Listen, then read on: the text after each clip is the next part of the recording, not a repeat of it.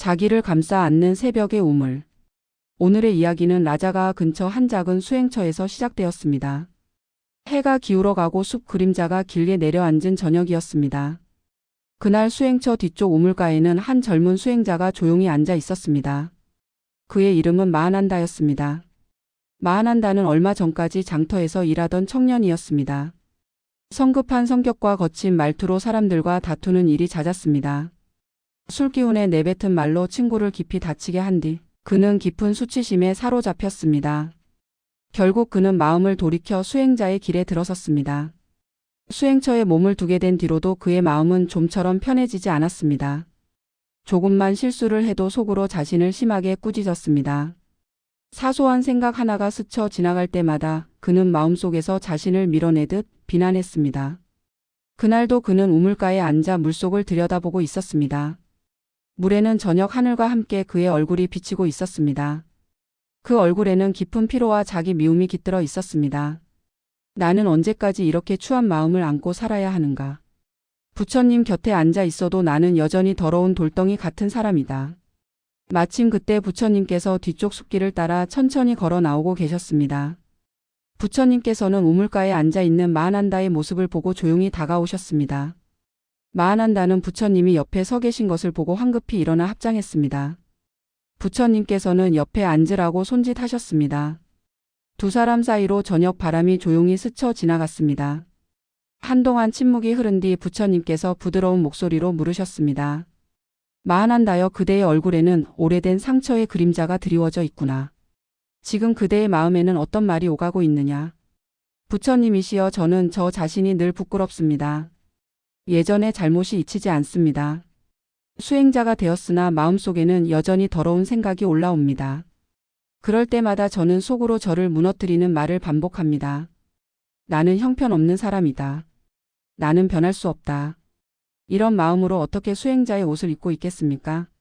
말을 마치자 그의 어깨는 더 깊이 웅크려졌습니다. 마치 스스로를 흙 속 깊이 묻어버리고 싶은 사람처럼 보였습니다. 부처님께서는 잠시 우물 속을 들여다보셨습니다. 우물 물 위에는 하늘빛과 함께 일그러진 마하난다의 얼굴이 비치고 있었습니다. 마하난다여, 지금 우물 속에 무엇이 비치고 있느냐?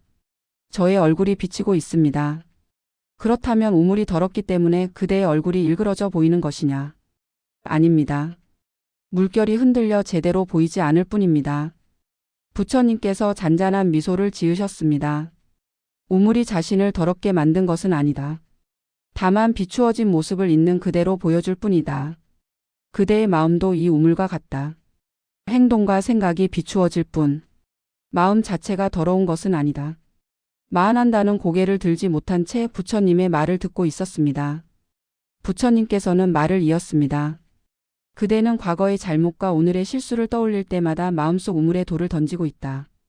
돌이 떨어질 때마다 물결이 크게 일어나고 일그러진 모습만 보게 된다. 그러고는 스스로에게 말한다. 나는 이렇게 추하다. 그러나 그 추함은 돌의 파문일 뿐 마음의 바닥이 아니다. 마하난다의 가슴 한켠에서 작은 떨림이 일어났습니다. 그는 조심스럽게 물었습니다. 부처님, 그렇다면 제 안에 이 수치심은 무엇입니까? 저는 제 잘못을 잊고 싶지 않습니다. 그러나 이 마음은 저를 자꾸 미워하게 만듭니다. 부처님께서는 나무에서 떨어진 작은 나뭇가지를 주워 들었습니다. 그리고 우물가의 흙 위에 둥그렇게 원을 그리셨습니다. 그대가 지은 잘못은 이 작은 원과 같다. 그대가 살아온 날들은 이 숲과 하늘 전체와 같다. 그러나 지금 그대의 눈은 이 원만 바라보고 있다. 그래서 그대는 세상 전체가 잘못뿐이라고 여기고 있다. 마하난다여, 수치심은 잘못을 기억하게 하는 등불이 될 수도 있다. 그러나 그 등불을 자기 자신을 태우는 불길로 사용하면 마음은 타버리고 만다. 등불은 길을 비추기 위해 쓰는 것이다. 그대의 수치심을 그대가 다시는 같은 자리에 서지 않도록 돕는 빛으로 써보아라. 그대가 과거의 자신을 미워하는 대신 오늘의 발걸음을 살피는 마음으로 바꿀 때 수치심은 수행의 친구가 될 수 있다. 마하난다는 가슴속에서 무언가 조금 풀어지는 것을 느꼈습니다. 자신을 끝없이 깎아내리는 목소리만이 진실이 아니라는 생각이 처음으로 스쳤습니다. 그는 조심스럽게 숨을 들이쉬고 내쉬었습니다. 그리고 아주 작은 목소리로 속으로 중얼거렸습니다. 그래도 다시 걸어볼 수 있을지도 모르겠다. 부처님께서는 마하난다의 얼굴을 바라보며 마지막으로 조용히 말씀하셨습니다. 마하난다여, 그대가 저질렀던 잘못을 부끄러워하는 마음은 이미 깨어난 마음의 한 조각이다. 깨어난 마음을 향해 돌을 던지지 말고 그대의 두 손으로 조용히 감싸 안아 주어라. 오늘 밤부터는 나는 형편없는 사람이다 라는 말 대신 지금 여기에서 할 수 있는 한 가지 선한 일을 찾아보아라. 그 작은 실천마다 그대의 마음 우물은 조금씩 맑아질 것이다. 부처님의 마지막 말을 들으며 마하난다는 가슴 깊은 곳이 조금 넓어지는 듯한 느낌을 받았습니다. 여전히 부끄러운 기억들은 사라지지 않았지만 그 기억과 자신을 꼭 같은 것으로 보지는 않아도 되겠다는 생각이 들었습니다. 자신을 미워하는 마음 한가운데에서도 다시 시작하고자 하는 작은 의지가 함께 숨쉬고 있다는 것을 알아차리기 시작했습니다. 그날 밤 마하난다는 수행처로 돌아와 방 안에 작은 등잔을 하나 밝혔습니다. 그리고 우물 안을 들여다보듯 자신의 숨소리를 천천히 바라보았습니다. 오늘의 이야기는 이제 조용히 가슴 한켠에 내려놓겠습니다. 혹시 당신의 마음에도 지우고 싶은 기억과 나를 향한 거친 말들이 머물러 있다면 그 마음을 모두 진실로만 여기지 않으셔도 좋겠습니다.